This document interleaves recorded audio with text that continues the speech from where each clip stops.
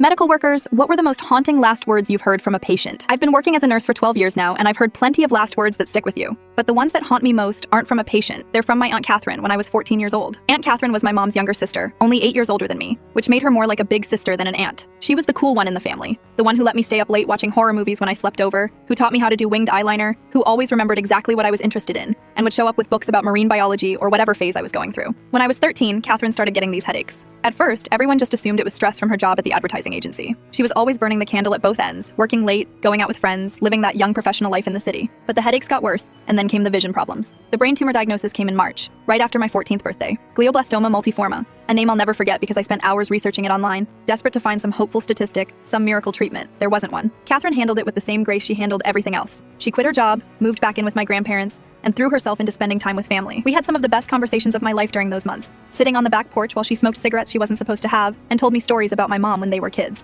By November, she was in hospice care at my grandparents' house. The living room had been converted into a medical room with a hospital bed, oxygen tanks, and all the equipment that comes with end-stage cancer care. Catherine was sleeping most of the time by then, but she still had moments of clarity where she'd joke around or ask about my school drama. Her birthday was November 18th. She would have been 23. For weeks leading up to it, I had this weird fixation on making sure she made it to her birthday. I don't know why it seemed so important, maybe because she'd always made such a big deal about birthdays, always planning elaborate celebrations even when money was tight. The night of November 17th, Catherine was having a rough time. Her breathing was labored, and she hadn't been conscious for most of the day. Mom and Grandma were taking turns sitting with her, and around midnight they let me have some time alone. I pulled the chair up close to her bed and took her hand. Her fingers were so thin by then, and her wedding ring from her brief marriage to David kept sliding around. She'd lost so much weight that she barely looked like herself, but her nail polish was still perfect. Grandma had been doing her nails every few days because Catherine always said she felt more human with painted nails. I sat there for maybe an hour, just holding her hand and talking to her about random stuff. School gossip, this boy I had a crush on named Tyler, the new Stephen King book I was reading. I wasn't sure if she could hear me, but the hospice nurse had said to keep talking anyway. Then around 1 a.m., her eyes opened. Not the unfocused, medicated look she'd had for days, but really opened, really looking at me. She squeezed my hand weakly. "Hey, sweetheart," she whispered, her voice barely audible. "Hi, Aunt Catherine. I love you so much." She smiled, this tiny but genuine smile.